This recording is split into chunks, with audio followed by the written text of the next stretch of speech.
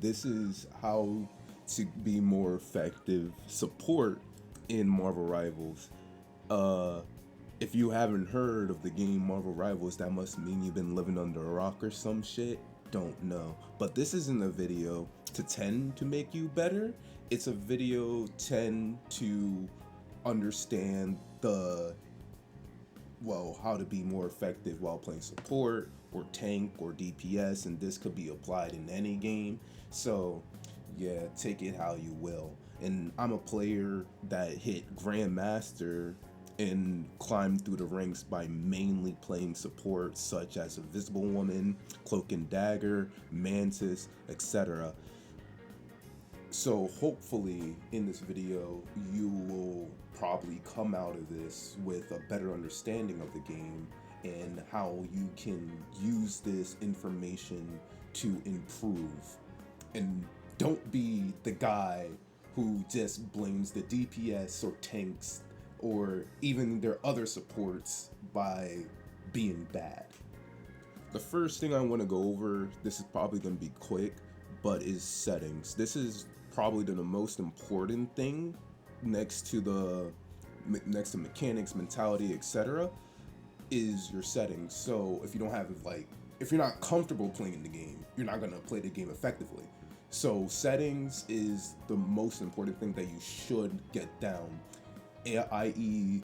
graphics, crosshair, any niche thing that you need to put on anything, get it down before getting into the game. Even getting the practice tools, spend like a good 5 to 10 or 15 minutes, how long you need or want to get down the settings. Because again, if you don't feel good playing the game, you won't be good playing the game. Mechanics is another one that I have to say that is really important to understand. Example being getting down the character, what the character could do, your positioning, your abilities, anything that has to do with generally playing effectively. This is something that everyone works on, even top level people ranging from the top 500 and even pros. Getting down mechanics is probably something that you just keep on building on. And once you get down the basics for your character and other characters too, because learning how other characters work will generally be better for you. Because if you know how they work and you know how to counter them or work with them, you're more effective in the field that you need to be. One thing I want to get down is micro, macro, and your positioning. Micro are the little decisions you make during the game that will affect the end result. Macro is the decisions you and your teammates make to alter the result of the game as well. Your positioning is where you place yourself. Understanding all three of these will probably increase your effectiveness during games. Micro is like your aim, your movement, how to get in and out of fights.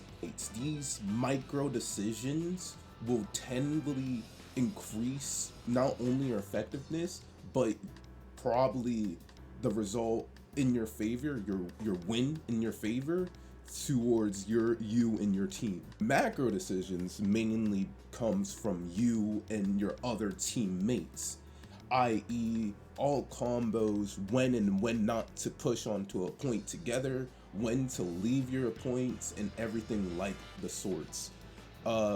What I mainly want to say is when you're playing support, these two things are vital.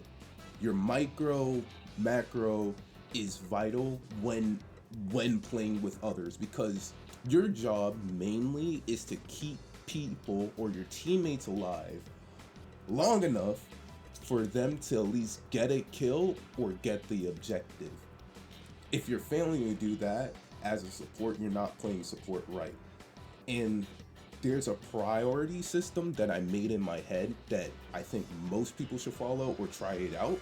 Is you need to take care of yourself, then your other support, Then comes the tanks and DPS. DPS is last, mainly because the reason is that most of them have something in their kit to generally leave to get out the situation if the situation is bad. Your supports to heal themselves, but that's why if they can't, you have to heal them. Your tanks usually don't have that thing, so you're mainly looking at them most of the time. If you're not low and if your support's not low, then your tanks. Then if your tanks are good, then it will be your DPS. These three things should be applied constantly throughout the game. Your micro, your macro, and your positioning. This could take a while to get down. So let's look at a clip that I think is pretty much what I'm talking about here. On the map, I don't know what the fuck it's called. On the Black Panther map, we're over here entering site. I have a Spider-Man, Wolverine, in 3 supports. I think it was Invisible Woman, and my only tank was Groot. So we will have, an opportunity to secure the point. We need to defend it. I'm over here getting ready to help my niggas out, my peoples. I see my Invisible Woman going up. I think she got 1 tap. Yeah, she did got 1 tap. My Groot is up there.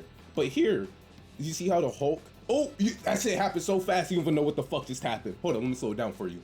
So, let me explain my mind process. The bitch died. I have a Groot.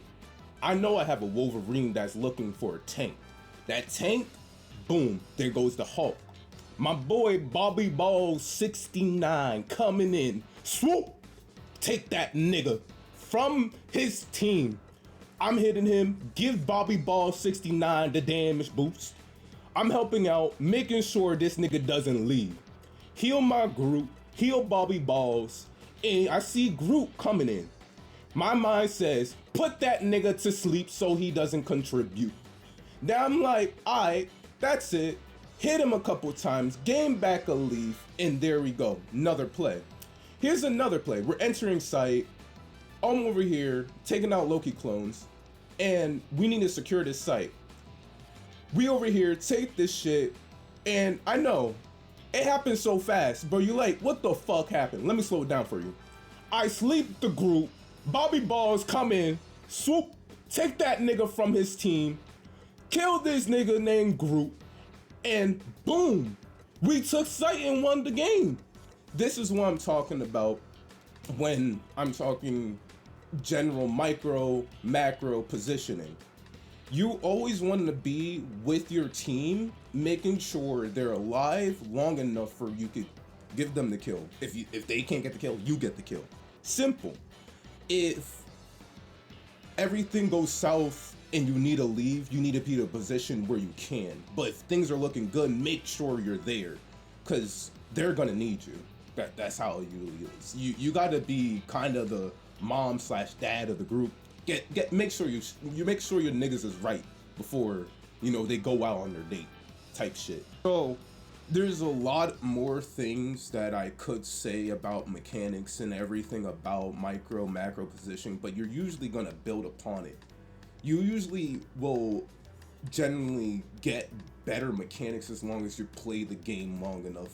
I come from the line of League of Legends, CSGO, Overwatch, which has like general heavy mechanics to play the game, and you could apply it to anything as well. But this is one of them. As soon as you get this down, generally just by playing the game, you'll generally just get better. That's basically it. The last thing I want to talk about is one that's kind of deep. I've been talking about your mentality and what you should and should not do when going to the games with a bad or good mental. When you have a bad mental going to games, you're gonna start to like push blames onto the other, and 90% of the time it might be your fault, low key for real. But this is not something that you do. Take it from a League of Legends player. When your mentality is shot, better just take a break. Calm down, go to Starbucks, grab a pumpkin spice latte if you're in the fall, or head outside, take a deep breath and touch some grass. before entering another game, because if your mental is shot going in this game, you're gonna start doing bad. You're gonna start making stupid decisions, and these decisions will decrease your effectiveness throughout the game. And especially it hurts even more when you're on support, because you're not gonna be healing. You're gonna try to be DPS warrior or some shit like that, or you're gonna be heal botting, which is also not effective. Avoid this certain situation, before entering the game. Take a deep breath, ask yourself, was it my fault that I lost this last game? And even if you win and you were getting triggered during that game, it's like, should I continue? My mental is at not at a good spot. Take a break. Watch an anime episode, cartoon episode, I don't fucking know. Do what you want. Go Goon, I don't know. Do what you will. Take a break, take a breather, then come back. See how you feel. Play a quick play game. Don't enter ranked if you're not feeling it. But if you are feeling it and you go in or do bad or good, reflect on your actions. See how it goes. Then maybe you might be chill. Maybe. Who knows? So that's basically it on what my opinion is, how to decrease your effectiveness while playing this game on support. This could be applied to tanks, DPS, etc., or other games in general. It's just those three fundamental things: your settings, your mechanics, and your mentality. This could go far by doing these or by improving these three things. I know it might be costly with time and money, but if you go as far as you want to go.